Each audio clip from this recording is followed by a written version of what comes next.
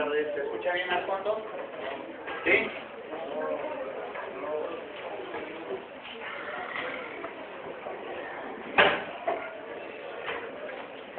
¿Se escucha bien ahí? ¿Sí?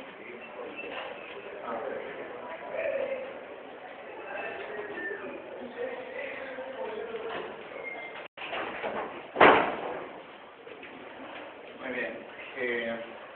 Buenas tardes. En primer lugar, permítanme presentar, de repente algunos nos conocemos.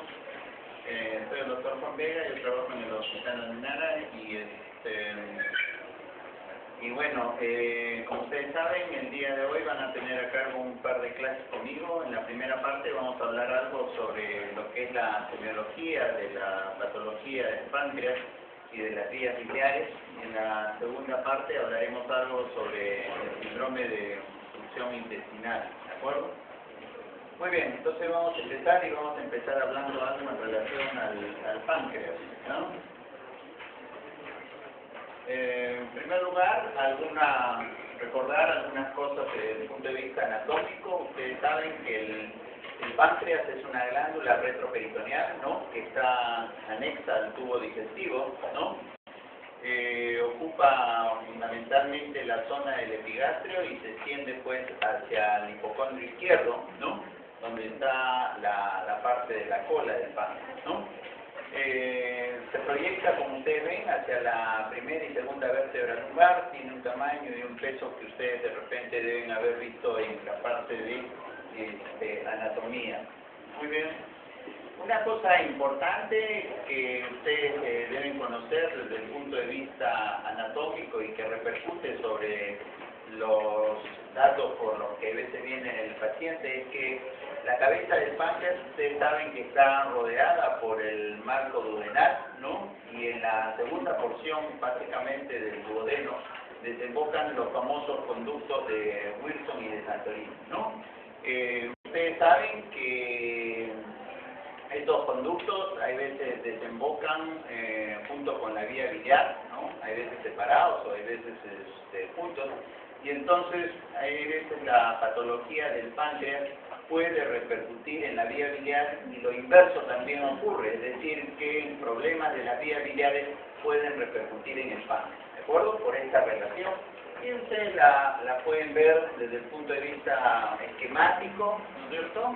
Ustedes tienen acá la vesícula biliar, tienen los dos hepáticos, el hepático común, el colédoco, ¿no? Y hay veces desembocan juntos o hay veces desembocan por separados, tanto la vía biliar como los conductos pancreáticos, ¿no? Creo que en 5 minutos cerramos el aula, ¿no? Siempre le digo a los alumnos que debemos guardarnos respeto mutuo, ¿no? Yo vengo temprano y empiezo puntual y espero que ustedes también estén puntuales, ¿no? Porque si no, se incomoda un poco para ustedes mismos. Muy bien. Entonces tenemos esos datos anatómicos desde el punto de vista del páncreas, ¿no?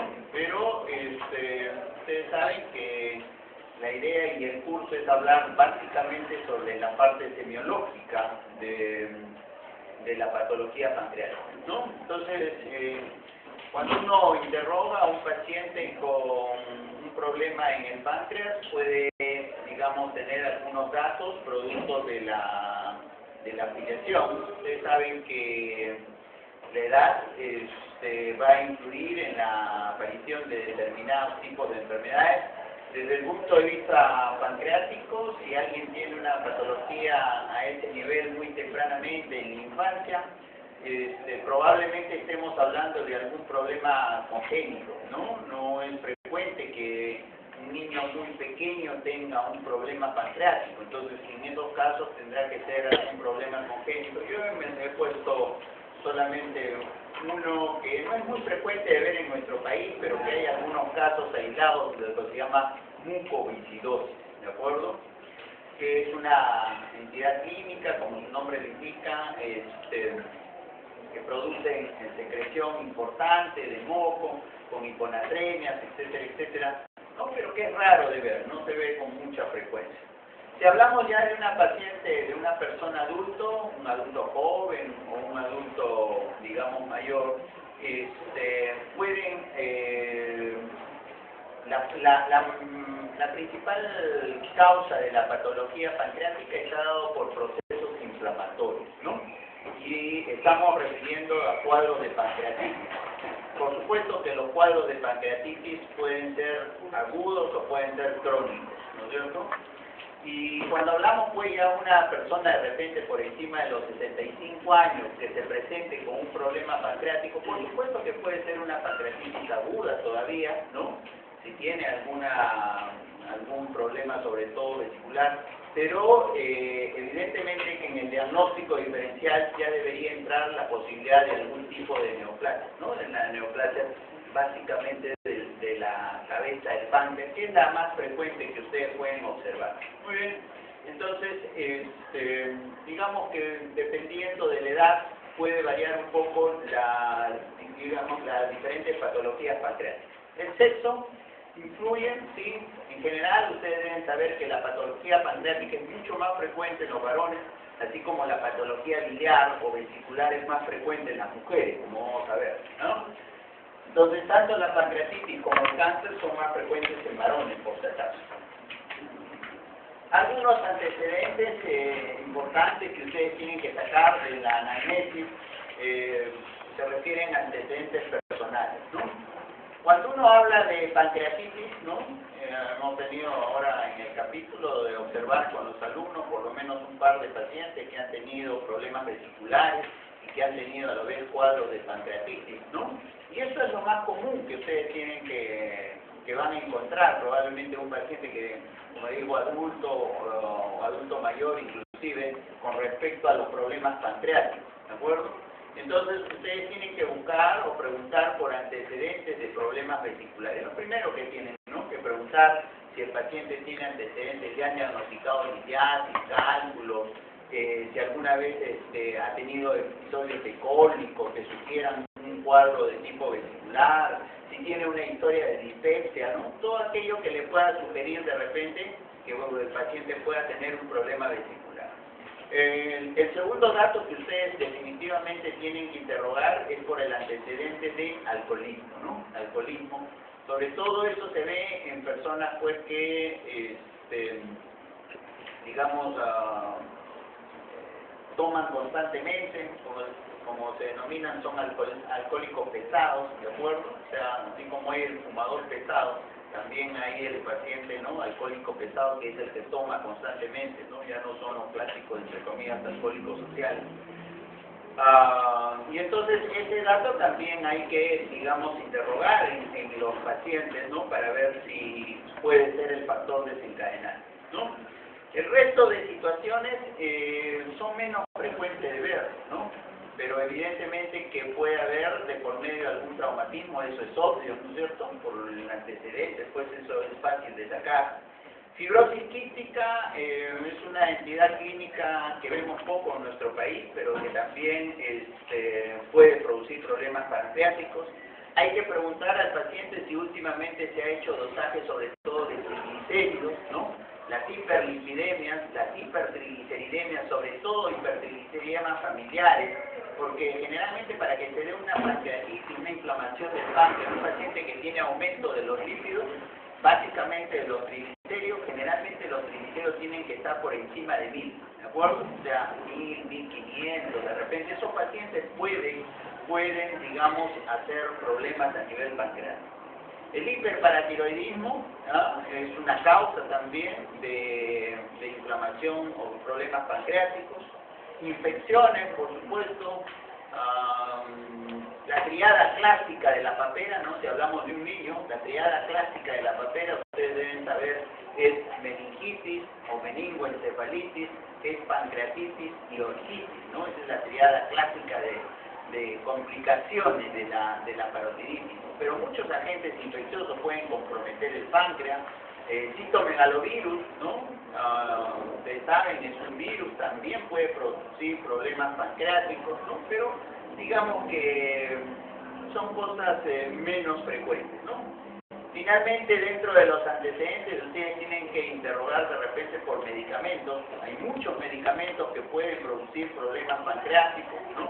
Por ejemplo, los pacientes de VIH toman los antirretrovirales, los famosos antirretrovirales, y algunos de esos medicamentos, por ejemplo, estaudina, lamivudina o tiranocina, producen problemas pancreáticos, ¿no? Entonces, ustedes tienen que ver si el paciente toma algún medicamento que pueda desencadenar algún problema pancreático, ¿de acuerdo? Entonces, como en toda historia clínica, ¿no?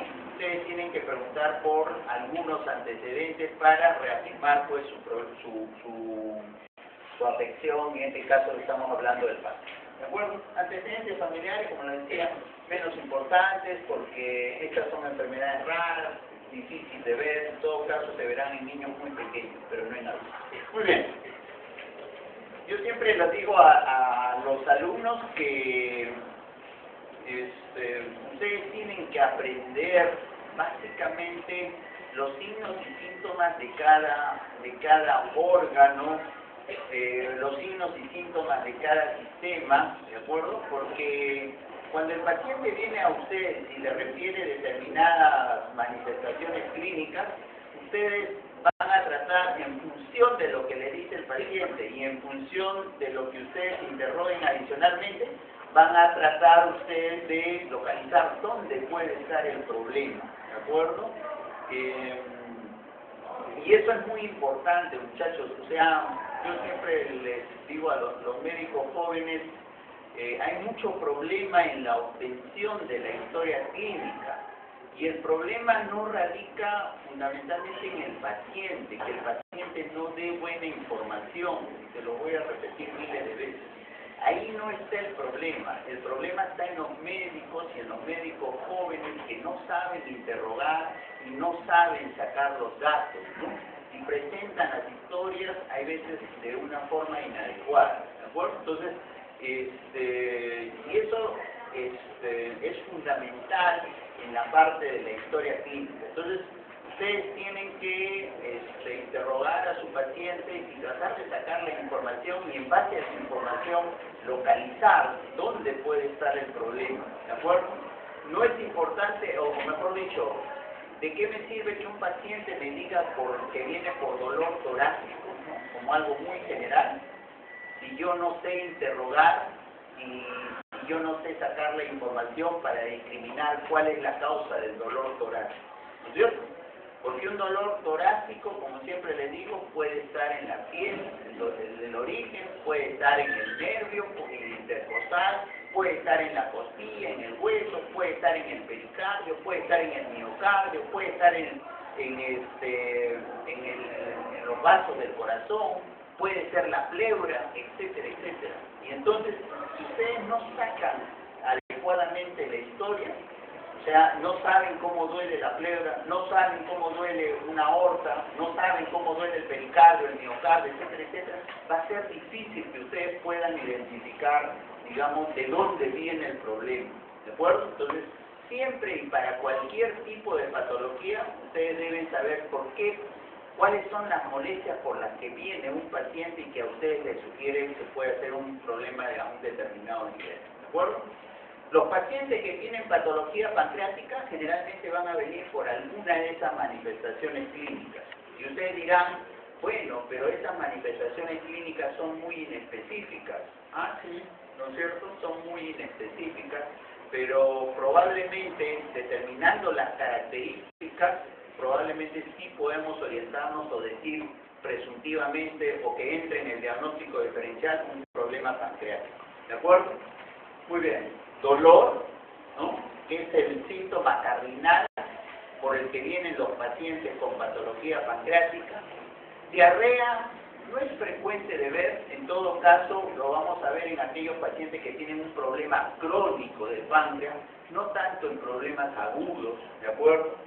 Las náuseas y vómitos es una manifestación, más que todo es un mecanismo reflejo, ¿no? Pero no es como la patología intestinal o del tubo digestivo, ¿no? Que tiene determinadas características, ¿no? La ictericia radica y fundamentalmente por la relación que acabo de señalarles que tiene el páncreas con la vía biliar. Entonces, algunos pacientes pueden venir con ictericia, como vamos a ver. Y por supuesto, algunos síntomas constitucionales, como puede ser, digamos, baja de peso y por eso. ¿De acuerdo? Muy bien. Y entonces vamos a analizar un poquito cómo es, digamos, cada una de estas manifestaciones provenientes del páncreas. El dolor en un paciente que tiene un problema pancreático, lo primero que ustedes tienen que determinar es la localización. Es lógico, y acabamos de decir, que la mayor parte del páncreas se localiza en el epigastrio. Por lo tanto, el dolor tiene que ser epigástrico, ¿no es cierto? Porque es la zona donde está el páncreas, ¿de acuerdo? Muy bien.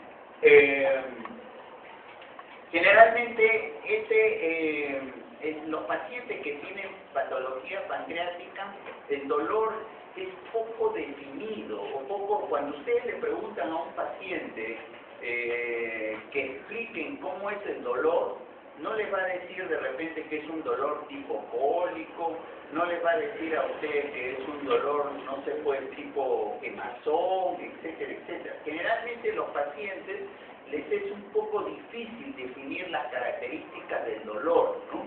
Un dolor que a veces puede ser penetrante, como que se va hacia la parte posterior, hacia la espalda, eso es lo que refieren los pacientes, ¿no? Y ustedes a veces le interrogan y le dicen, pero ¿cómo te duele como cólico? No sé, doctor, me duele, pero me duele, ¿no es cierto? Y es así como a veces lo refieren los pacientes. No es como el dolor vesicular, no es como el dolor del miocardio, que tienen ciertas características. Entonces, es un dolor medio sordo, penetrante, es un dolor que se va generalmente hacia la parte posterior, digamos hacia la espalda. Esa es la idea, ¿de acuerdo? Del paciente que tiene un dolor que probablemente provenga del páncreas. La intensidad del dolor puede ser muy variable. La pancreatitis es una de las patologías que da mucho dolor, ¿de acuerdo? Que puede dar, mejor dicho, ¿no? Como en todo, ¿no? Así como un infarto puede ser silente y el paciente no tener dolor, o el dolor ser mínimo, termina siendo un infarto, pero lo clásico es que sabemos que puede producir un dolor muy intenso. Igual es el páncreas, ¿de acuerdo? Pero generalmente los pacientes sí se quejan de un dolor que yo diría moderado a severo, que los obliga a ir, digamos, a una emergencia, ¿de acuerdo? Yo diría que si a ustedes les gusta mucho calificar el nivel de dolor, yo creo que tranquilamente los dolores de páncreas deben estar entre 6 y 8, digamos, de intensidad. O sea, tienen una intensidad importante, moderada, severa, por si acaso.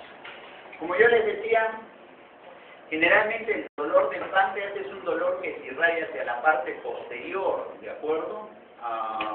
Ustedes han visto que la localización es más o menos la primera, la segunda vértebra lumbar, y es ahí, hacia la parte posterior, donde se irradia el dolor del páncreas. Después, a nosotros nos han dicho clásicamente la irradiación, o nos han enseñado la irradiación en banda hacia ambos hipocondrios, ¿no? Es verdad, pero quiero que ustedes sepan que en la práctica no se ve mucho esa forma de irradiación. Probablemente un 15-20% de los pacientes que tienen dolor pancreático van a tener una irradiación así característica en banda que siempre nos han enseñado. No todo es lo que nos enseñan, digamos, es lo que uno ve finalmente en la práctica, por si acaso, ¿no?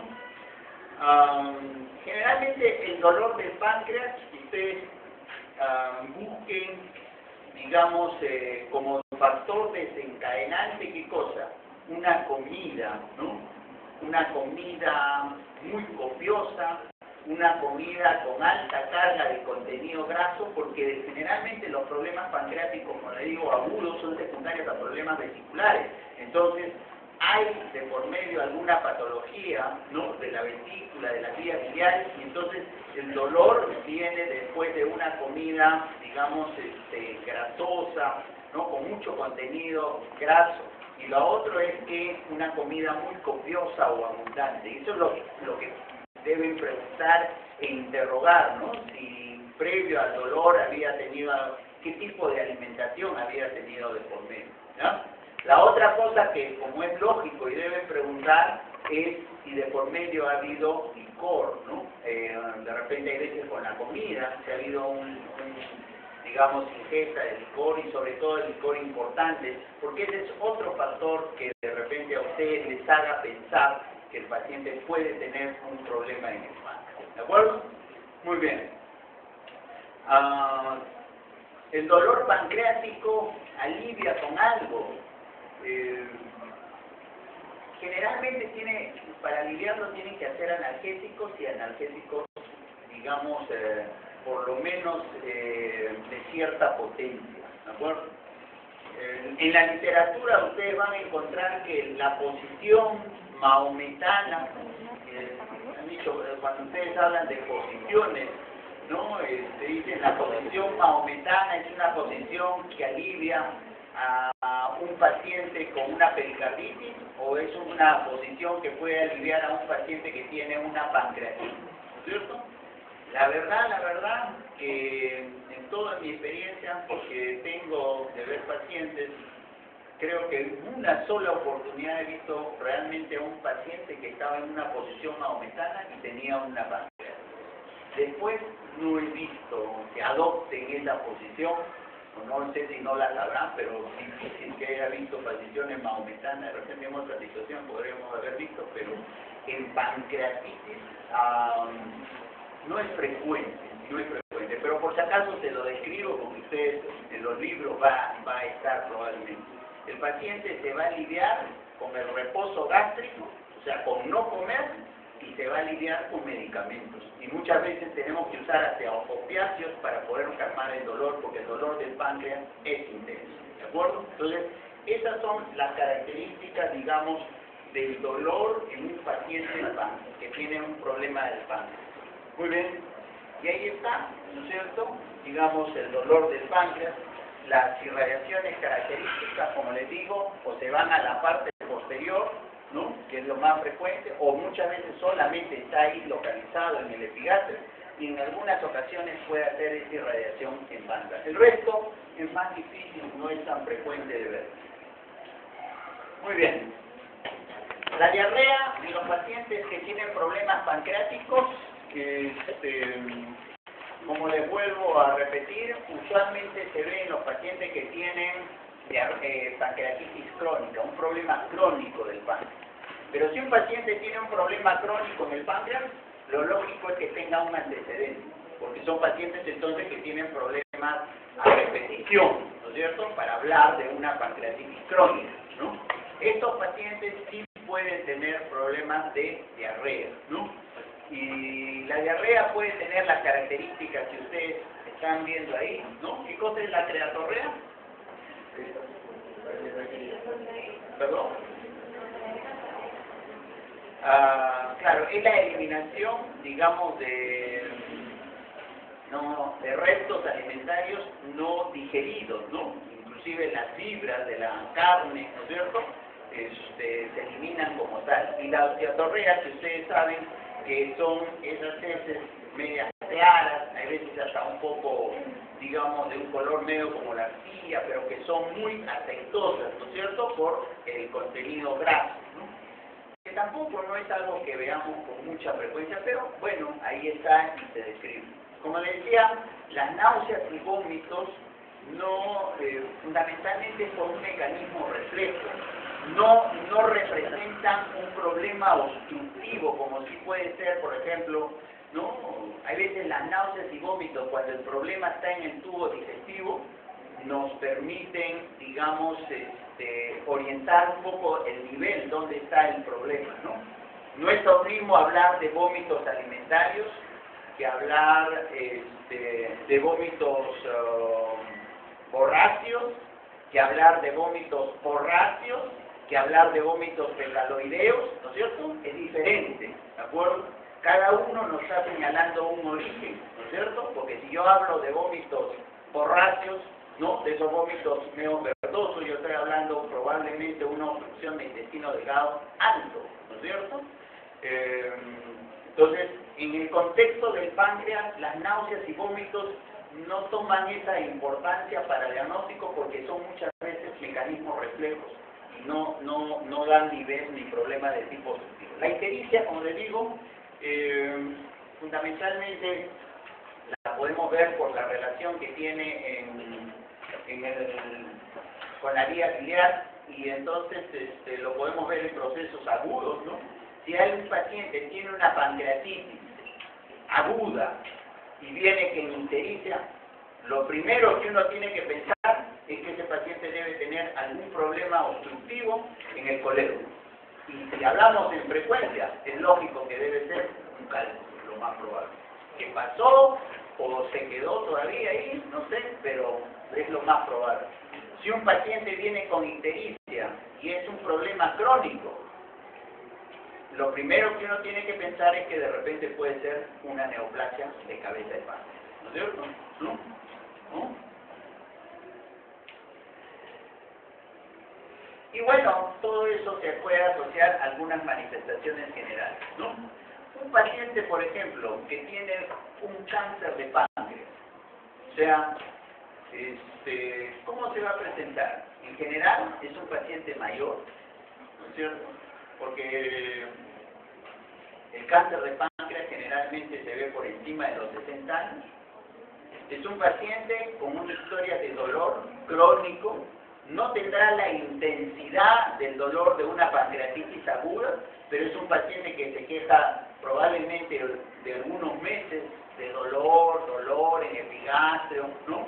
Un dolor medio, entre comillas, medio tonto, pero que ahí lo tiene, que es persistente, ¿de acuerdo?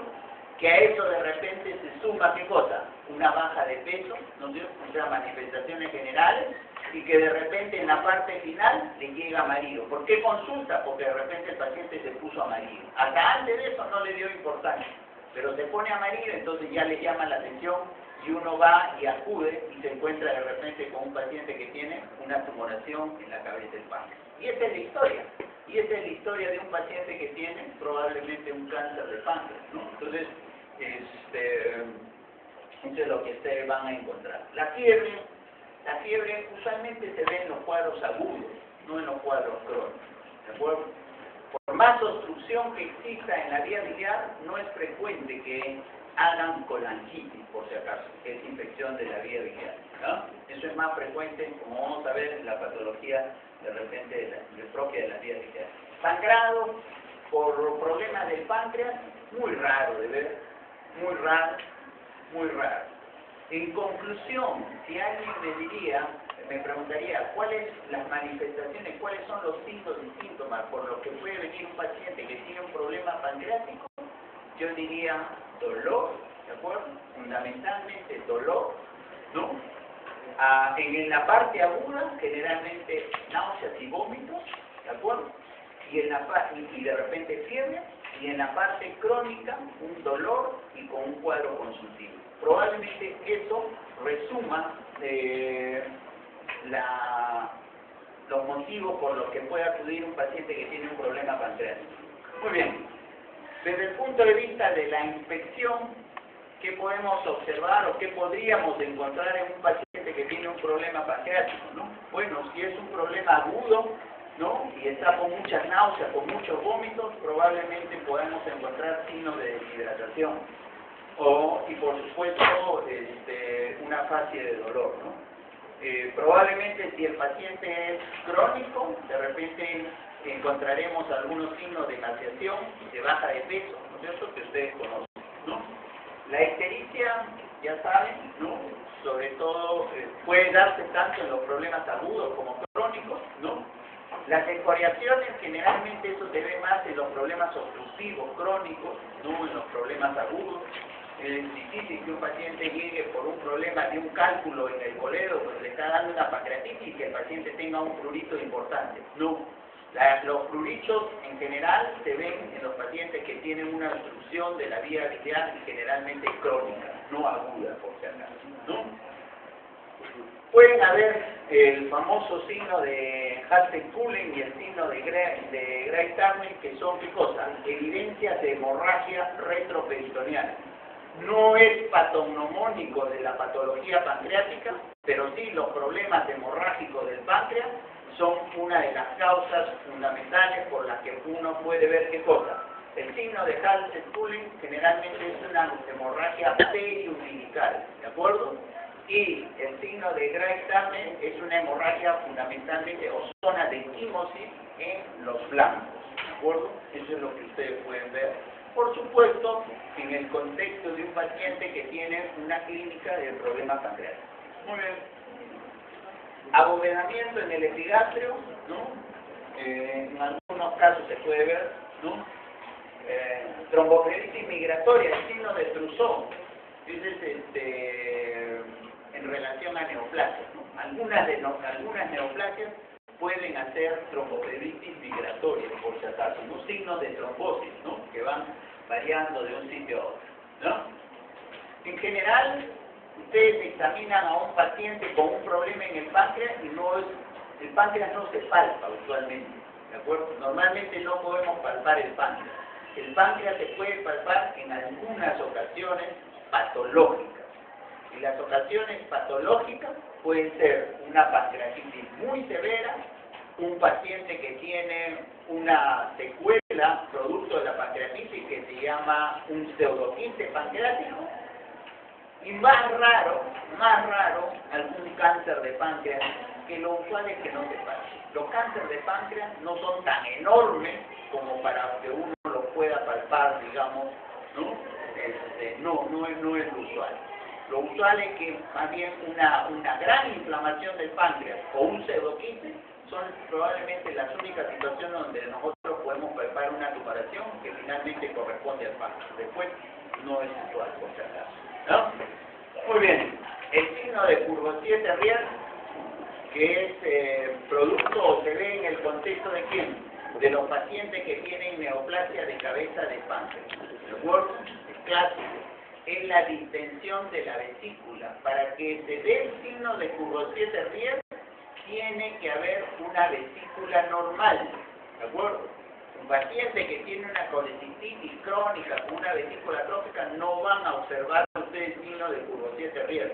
El signo de Courvoisier-Terrier tiene que darse en el contexto de un paciente que tiene una vesícula normal y que la vesícula le permita distenderse, ¿de acuerdo?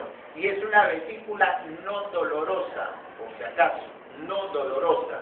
Se palpa, ustedes van a palpar como si fuera una pera, pueden palpar ahí, ¿de acuerdo? Y si a ese paciente se acompaña de los otros datos que hemos dicho, de repente, de un cuadro de ictericia, de un cuadro de consumo, probablemente ustedes están haciendo el diagnóstico de una neoplasia de cabeza de páncreas, ¿de acuerdo? Entonces, por si acaso, ¿no? Otro dato que señalan en la literatura es que los pacientes con problemas agudos del páncreas, generalmente, salvo que haya una hemorragia, digamos, intraabdominal, producto de una necrosis pancreática, pero generalmente la pared, digamos, abdominal no evidencia contractura, resistencia, no como los problemas de irritación peritoneal, ¿de acuerdo? O sea, en los pacientes que tienen patología pancreática, por si acaso, ¿no? Es un buen dato también, hay veces para diferenciar. Muy bien, ¿cómo se examina el páncreas y cuáles son los puntos dolorosos? Ahí está, quizás lo vemos mejor de repente en forma esquemática, ¿de acuerdo? Si uno tiene la cicatriz umbilical y tiene la axila, ¿no? Y traza una línea imaginaria, más o menos de 5 a 6 centímetros del lado derecho, ¿no? Está el punto que corresponde a la cabeza del páncreas, ¿de acuerdo? Si hacemos lo mismo, pero en sentido contrario, hacia el lado izquierdo, ¿no? Igual a una distancia más o menos de unos 5 o 6 centímetros, estará el punto que corresponde al cuerpo del páncreas. Y en el, digamos, en el cruce de la parrilla costal, ahí podemos ubicar el punto que corresponde a la cola del páncreas, ¿de acuerdo? Entonces, uno puede, digamos, examinar al paciente, ¿no? Buscar esos puntos, ¿no? Que apoyan, pues, un poco más el diagnóstico. Y luego, el otro punto que a veces también se ve, no solamente en la patología renal, que es el punto costovertebral, ¿de acuerdo? Que se ve para patología pancreática y que también se ve para los pacientes que tienen problemas renales, por si acaso, ¿no? Una infección urinaria, aparte de los puntos renoureterales, ¿no? Ustedes pueden encontrar este punto doloroso también, por si acaso, ¿no? También se ve en el contexto de los pacientes que tienen algún problema en el páncreas, ¿no? ¿Y por qué nivel? ¿Perdón? ¿Qué nivel es en ese punto? En la intervención, cuando tú tienes el reborde costal, ¿no es cierto? Tú sigues el reborde costal hacia atrás y ahí lo encuentras en el cruce con la columna vertebral, ¿de acuerdo? Ahí es el punto, por eso se llama costo vertebral, ¿de acuerdo? Muy bien, esta es la maniobra para palpar sobre todo la cola del páncreas, ¿no? Hay otra, digamos, otra forma de poder localizar, quizás esto de acá, la zona que corresponde a la zona pancreato-coledoceana, ¿no? Si uno tiene la cicatriz umbilical y traza, digamos, ¿no? Una línea transversal, ¿no es cierto? Y una línea en la parte media, ¿no? Si uno imaginariamente traza la bisectriz, ¿de acuerdo? Hacia la parte interna corresponde a la zona pancreato-coledoceana. Y es ahí donde ustedes pueden buscar también el puntos dolorosos que les pueden hablar de un problema a nivel del páncreas o de la parte distal del coledo. Muy bien. Desde el punto de vista de la percusión, matidez desplazable, asitis, timpanismo, ¿no? Hay generalmente en los pacientes que tienen pancreatitis aguda, ustedes pueden ver lo que se llama el asa centinela o un hilo paralítico localizado. Generalmente se ve en el cuadrante superior izquierdo, ¿de acuerdo? Y no se olviden que los pacientes con problemas pancreáticos pueden hacer derrames pleurales. Generalmente el derrame en un paciente con problema pancreático es izquierdo, ¿de acuerdo? Los pacientes con pericarditis hacen derrame pleural izquierdo. Los pacientes con insuficiencia cardíaca, el derrame empieza por el lado derecho, ¿de acuerdo? Y después puede ser bilateral, pero los pacientes con pancreatitis hacen fundamentalmente derrame pleural izquierdo. Pueden hacer atelectasias, ¿de acuerdo? Y eso es muy frecuente de ver en los pacientes que tienen pancreatitis, sobre todo severa, ¿de acuerdo? Por si acaso, ¿no? El signo de encontrar soplo en el hipocondrio izquierdo, la verdad que yo se los he puesto ahí porque tengo el libro, pero no es que me he equivocado, así se escribe, por si acaso, cerebro, ¿sí? Pero la verdad que no creo que sea frecuente de ver, ¿de acuerdo? Entonces, finalmente, esos son los síndromes por los que puede venir un paciente con un problema en el páncreas. Puede venir por un síndrome doloroso abdominal, puede venir por síndromes compresivos, por síndromes tumorales, puede venir por, como le digo, solamente por ictericia, ¿de acuerdo? Y termina siendo una neoplasia de cabeza de páncreas. Puede venir el famoso síndrome de Solinger-Ellison. Ustedes saben que por la producción, un tumor en el páncreas productor de gastrina, ¿no es cierto? Y que va a producir múltiples úlceras en el tubo digestivo, ¿no? En el estómago, en el duodeno, con historia de diarrea crónica, ¿no es cierto? Entonces puede corresponder a una tumoración de repente que está en el páncreas, ¿ya? Un tumor productor de gastrina, ¿no? Pero esos son los síndromes por los que pudiera venir un paciente, ¿no es cierto? Bueno, las pruebas diagnósticas, ¿no? Que representan, digamos, el problema en el páncreas. Generalmente ahora hacemos estudios básicamente de estos dos, ¿no es cierto? La amilasa y la lipasa. La lipasa es mucho más específica para ver problemas del páncreas, ¿no es cierto? La lipasa demora más en normalizarse comparado con la amilasa. La amilasa se recupera más rápido, por si acaso, ¿no? Cuando el problema es inflamatorio del páncreas, ¿no? Y por supuesto existen algunos métodos diagnósticos, ¿no? La medicina ha cambiado mucho, muchachos, y la medicina ya, si bien es cierto, sigue siendo un punto importante, digamos, la historia clínica, ¿no es cierto? Y creo que eso no va a quitar, eso no va a cambiar, pero ahora también las discusiones se tienen que hacer con estudios por imagen, ¿no es cierto? Y eso es fundamental. En el tiempo ustedes tendrán que aprender a ver tomografías, desde radiografías simples, ¿no es cierto? Ver tomografías, ver resonancia, porque eso es lo que se está utilizando ahora, ¿no es cierto? Muy bien, entonces, ¿qué tenemos dentro hecho, ahí están algunos, digamos, métodos complementarios, ¿no es cierto? La ecografía, ¿no? Donde ustedes pueden ver el páncreas, ¿no? Esta es una tomografía donde ustedes están viendo dos imágenes, ¿no es cierto? Estos son, probablemente, que ha tenido un paciente que ha tenido una pancreatitis, ¿no es cierto? Y que después de unas 6 semanas, 8 semanas, ¿no? Se ha formado esas imágenes quísticas, ¿de acuerdo? Eso es lo que se llaman los famosos pseudoquistes, ¿no? Y que en el contexto de este paciente, evidentemente que eso no se va a resolver si es que no hacen algún tipo de tratamiento quirúrgico, ¿no es cierto? Entonces, son complicaciones de las pancreatitis agudas, ¿no? ¿No? Muy bien, páncreas. Una pancreatitis hemorrágica, ¿no? Por si acaso, los pacientes con pancreatitis aguda, muchachos, severas, pueden tener un porcentaje de mortalidad hasta de un 30%, ¿de acuerdo? Hay que tener mucho cuidado con un paciente que tiene una pancreatitis. La pancreatitis, en términos generales, no es un juego. La pancreatitis, entre comillas, puede tener una mayor mortalidad que un paciente que tiene un problema vesicular. Un paciente que tiene un problema vesicular, ¿de qué se puede morir?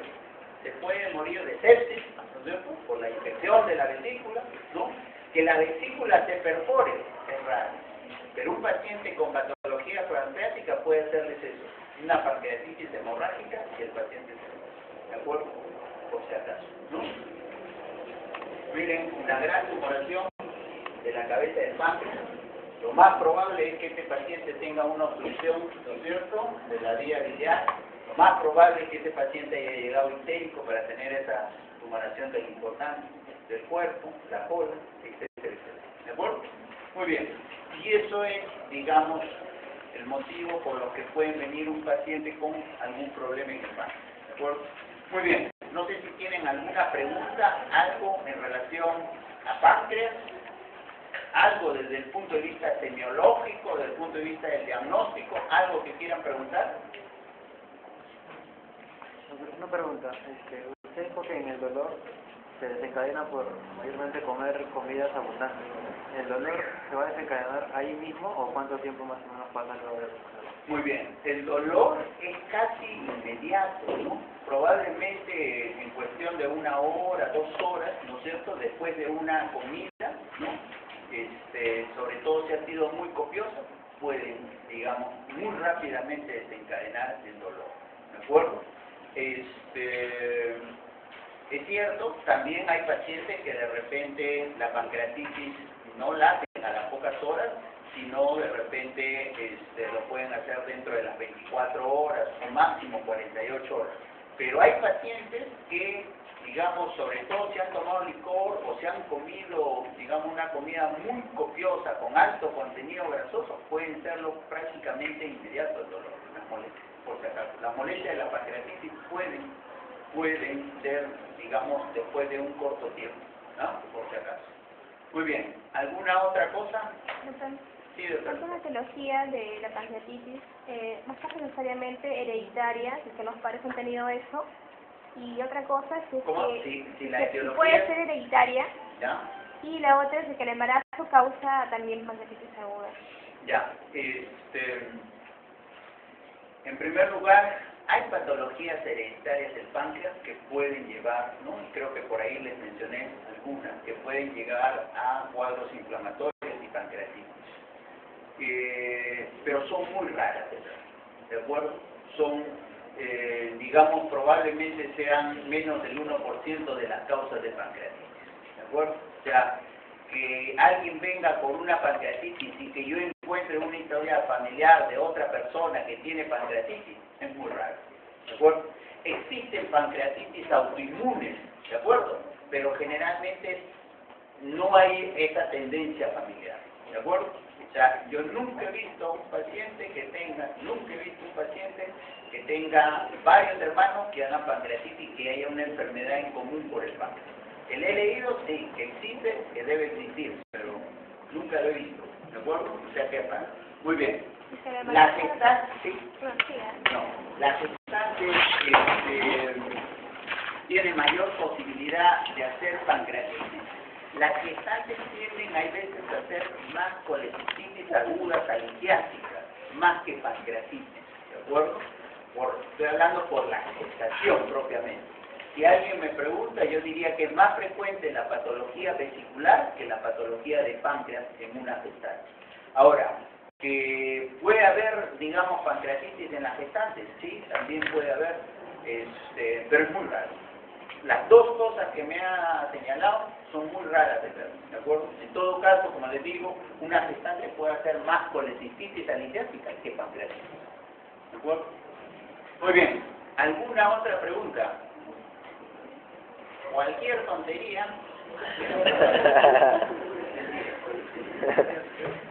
Muy bien, algunos están haciendo, pero bueno, ya. Muy bien. Vamos a hablar algo ahora sobre vesícula y vías biliares, ¿de acuerdo? Sus pacientes que le van a llegar a una emergencia y ustedes le van a decir historia por los problemas del páncreas, van a hacer lo que yo les he dicho, pancreatitis aguda, o de repente un paciente que ya pues se le ha puesto amarillo y que termina siendo un cáncer de cabeza de páncreas.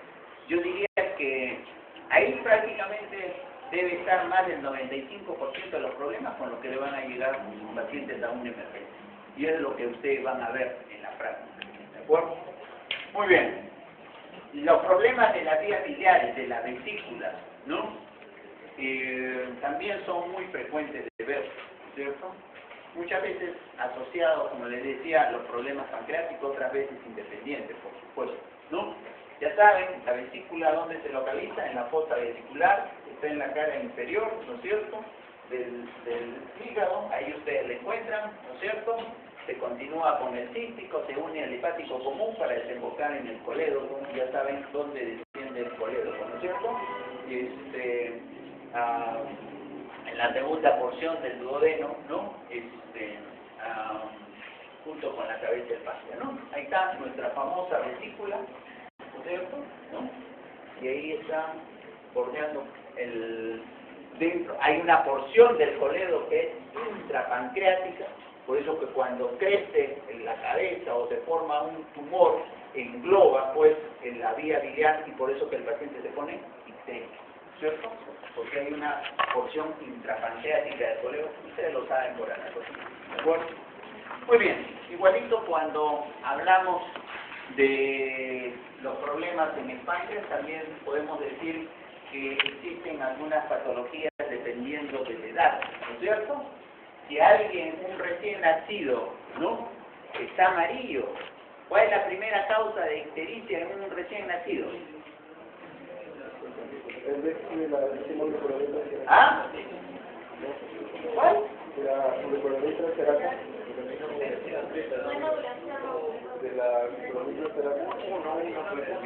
No sé ni qué mucho. ¿Incompatibilidad de qué?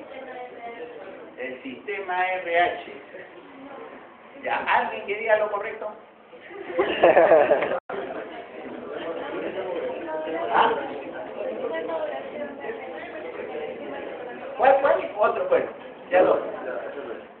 Maduración de la inmadura, o sea, no ha madurado todavía el sistema glucosiltracerasa en los neonatos, por eso es que no se metaboliza eso es lo más frecuente, ¿no es cierto? Y lo otro que por supuesto, la lactancia también, la lactancia desencadena, pues, pero es mucho más frecuente que la incompatibilidad, ¿no? Y eso es algo temporal, ¿no es cierto?, hasta que se da la maduración. Por eso que en los neonatos no hay que usar algunos medicamentos que puedan aumentar la bilirrubina, la colestasis, ¿no es cierto? Muy bien, pero si un neonato viene muy amarillo, por supuesto que una de las posibilidades es que haya problemas de atresia de vías biliares, ¿no? Es que tampoco es frecuente. En la adolescencia, los cálculos, ¿no es cierto?, es lo más frecuente, ¿no?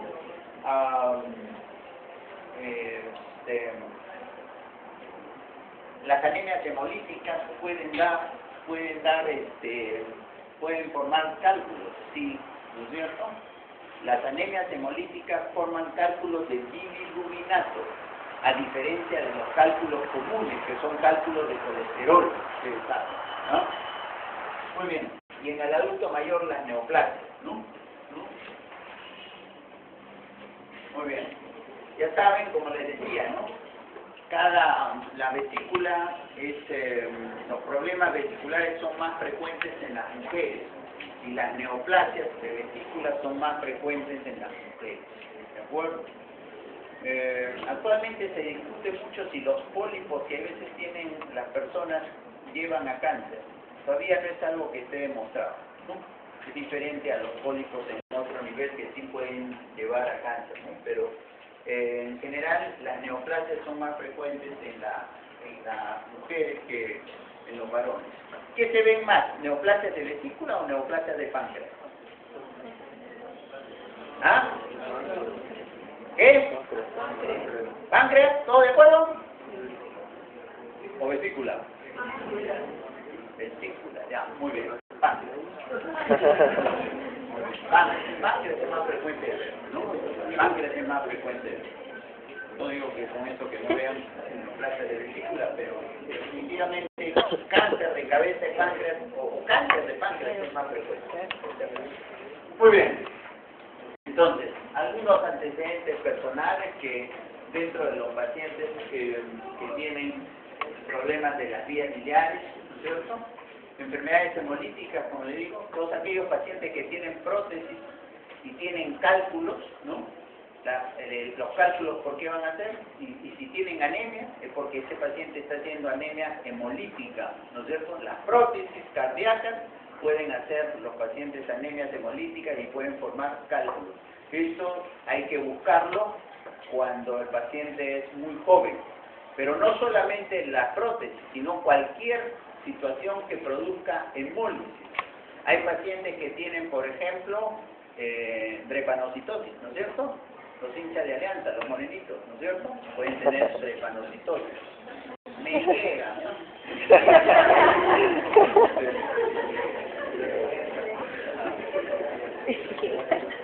¿De acuerdo? En Perú está así porque hay muchos hinchas de Alianza y de la U. ¿De acuerdo? No piensan. ¿De acuerdo? Muy bien. Pero cualquier paciente que pueden hacer, que hace hemólisis, ¿no? Hay pacientes que tienen, ustedes han escuchado heterocitosis, ¿no es cierto? Sí. O anomalías en el glóbulo rojo. Esos pacientes pueden hacer hemólisis y pueden hacer cáncer, ¿de acuerdo? Y entonces, cuando una persona es muy joven, ¿de acuerdo? Es muy joven y es varón, hay que buscar problemas hemolíticos, ¿de acuerdo? Porque les acabo de decir que los cálculos son más frecuentes en las mujeres. Si es varón, joven, posible alguien de 16, 18 años, varón, que tenga muchos cálculos, cuidadito, no vaya a tener alguna enfermedad hemolítica, ¿de acuerdo? Por si acaso. Muy bien, bueno, no es tanto como en los problemas del páncreas que hay que buscar otras cosas, ¿no? Ya, ¿y por qué puede venir un paciente que tiene un problema en las vías biliares, en la vesícula? Puede venir, digamos, si ustedes ven, más o menos se repiten algunas manifestaciones clínicas, sin embargo, van a variar las características. Dolor, ¿no es cierto? ¿Dónde está la vesícula? En el hipocondrio, ¿no es cierto? ¿Dónde va a estar el dolor usualmente? En el hipocondrio derecho, ¿no es cierto? ¿No? Hay veces hay algunos que lo refieren en el mesogastrio, por supuesto. Náuseas y vómitos, igual, generalmente son por mecanismo reflejo. Ictericia, coluria, hipocolia, ya nos está indicando dónde puede ser el nivel, ¿no? Es importante sacar la historia de dispepsia, ustedes saben, eso que se quejan los pacientes, doctor, como huevo, doctor, como panza, doctor, como una comida que tiene mucha grasa y siento que me eructo, siento que me distiendo, que me hincho, que me lleno de gases, ¿no es cierto? Este es un dato de qué cosa, de repente de algún problema o de alguna patología vesicular. No es exclusiva, ¿no? ¿El páncreas puede dar dispepsia? Sí. ¿El estómago puede dar dispepsia? Sí. ¿De acuerdo? Pero lo más clásico es problemas de vesícula y vía biliar, ¿no es cierto? Es lo más frecuente, por si acaso. Prurito, fiebre, vamos a conversar algo, ¿de acuerdo? Muy bien. Muy bien, ¿cómo es el dolor vesicular? Y ustedes ya deben haberlo escuchado. El dolor de un paciente que tiene un problema en la vesícula es un dolor en hipocondrio derecho, ¿de acuerdo? Es un dolor tipo cólico, ¿de acuerdo? No es como el dolor del páncreas, no es como el dolor clásico, digamos, del estómago, no es como el dolor del intestino, ¿de acuerdo? ¿Ah? Es diferente, ¿no? Es un dolor cólico, ¿no? Es importante, para hacer diagnóstico, muchachos, ustedes tienen que analizar todas las características. Uno no hace diagnóstico por una sola característica, ¿de acuerdo? Es un dolor hipocólico, localizado en hipocondrio derecho, que el clásico se irradia hacia la parte posterior y se va hacia el hombro del lado derecho. Ese es si alguien tiene un dolor con esas características, no cabe duda que eso debe ser lo más probable vesícula. El hígado no produce eso. En primer lugar, que el hígado no duele como cólico, ¿de acuerdo? El hígado no duele como cólico. Muy bien. La intensidad, bueno, eso puede ser variable, pero definitivamente el dolor del páncreas es mucho más intenso que el dolor vesicular, ¿de acuerdo? Ahora con eso no me digan que hay uno que tiene vesícula y que le duele, pero no es lo usual, ¿de acuerdo? Por si acaso. Muy bien. ¿Qué cosa va a desencadenar el dolor? Es un problema vesicular. Igual, comida grasa, ¿no es cierto? Comida grasa. El alcohol, no. El alcohol, no. La abundancia de las comidas, tampoco. En el páncreas sí es, cuando la comida es muy abundante, ¿no es cierto? Es más factible que desencadene, pero en la vesícula no.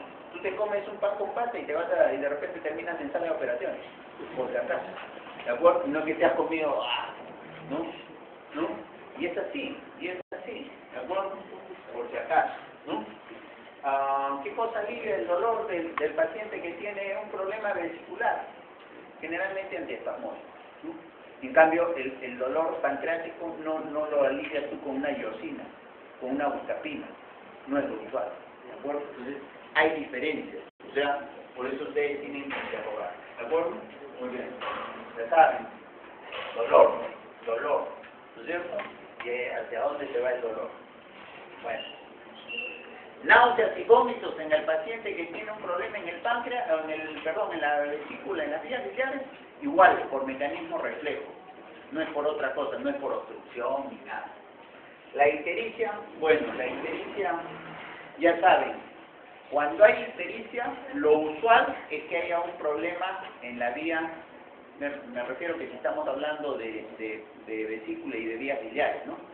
Pero si alguien tiene una ictericia, lo usual es que tenga un problema en las vías biliares extrahepáticas, ¿no es cierto? Por ende, debe ser lo más frecuente en el colegio. Sin embargo, hay un famoso síndrome que se llama el síndrome de Mirice. No sé si han escuchado. El síndrome de Mirice es un cálculo que no está en el coledo, es un cálculo en la desembocadura, en el bacinete, en la desembocadura del cístico, ¿de acuerdo? Ese cálculo produce edema, ¿de acuerdo? Me refiero, produce un proceso inflamatorio, y el proceso inflamatorio es el que produce la obstrucción de la vía biliar extrahepática. Pero el problema no está en el colédoco, por si acaso, pero es raro. Lo usual es que sí el problema radique en la vía biliar, por si acaso, ¿no? Muy bien, la hipofolia ustedes saben, ¿no es cierto? Generalmente es una obstrucción en la parte baja del coledo, ¿no? En la parte baja, en la parte distal del coledo, ¿no? Cuando ustedes tienen un problema de ictericia en la parte distal del coledo, como en la ampolla de Vater, ¿cuál es la primera causa? La primera causa es que sea un cálculo, ¿no es cierto? La segunda causa es que sea un cáncer de cabeza y páncreas. La tercera causa es que sea un cáncer de la ampolla de Vater. Y la cuarta causa, ya es rarísimo, que sea una neoplasia propia del duodeno. Pero ahí estamos, ¿no es cierto? En ese orden. Largamente primero, los problemas de la vía biliar, ¿no es cierto? ¿Sí? Si es así, ¿no? El prurito, ya les he dicho, el prurito se ve en los pacientes que tienen una obstrucción crónica de la vía biliar, ¿de acuerdo? Por si acaso, ¿no? Obstrucción crónica. La ictericia melánica oscura